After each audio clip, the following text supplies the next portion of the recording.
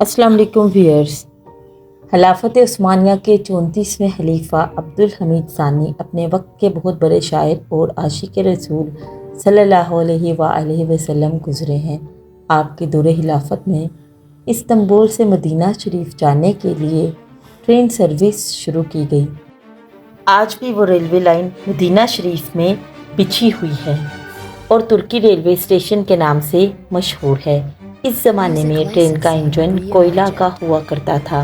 مکمل تیاریاں ہونے کے بعد مدینہ شریف میں ترکی اسٹیشن پر سلطان عبدالحمید کو افتتاح کے لیے بلایا گیا تو سلطان نے دیکھا کہ کوئلہ والا انجن بھڑ بھڑ کی آوازیں نکال رہا ہے تو سلطان عبدالحمید غضبناک ہو گئے اور کچرا اٹھا کر پھینکنا شروع کر دیا۔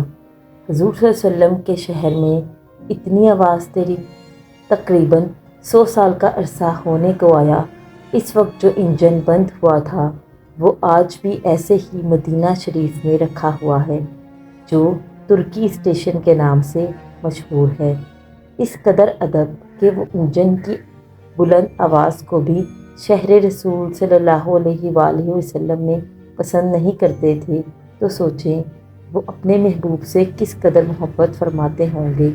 یہ عشق تھا، یہ ادب تھا جو ان کے سینوں میں موجزن تھا۔ اللہ تعالی ہمیں بھی ایسا عشق و ادب اور شہر رسول صلی اللہ علیہ وسلم کی با ادب حاضری نصیب فرمائے۔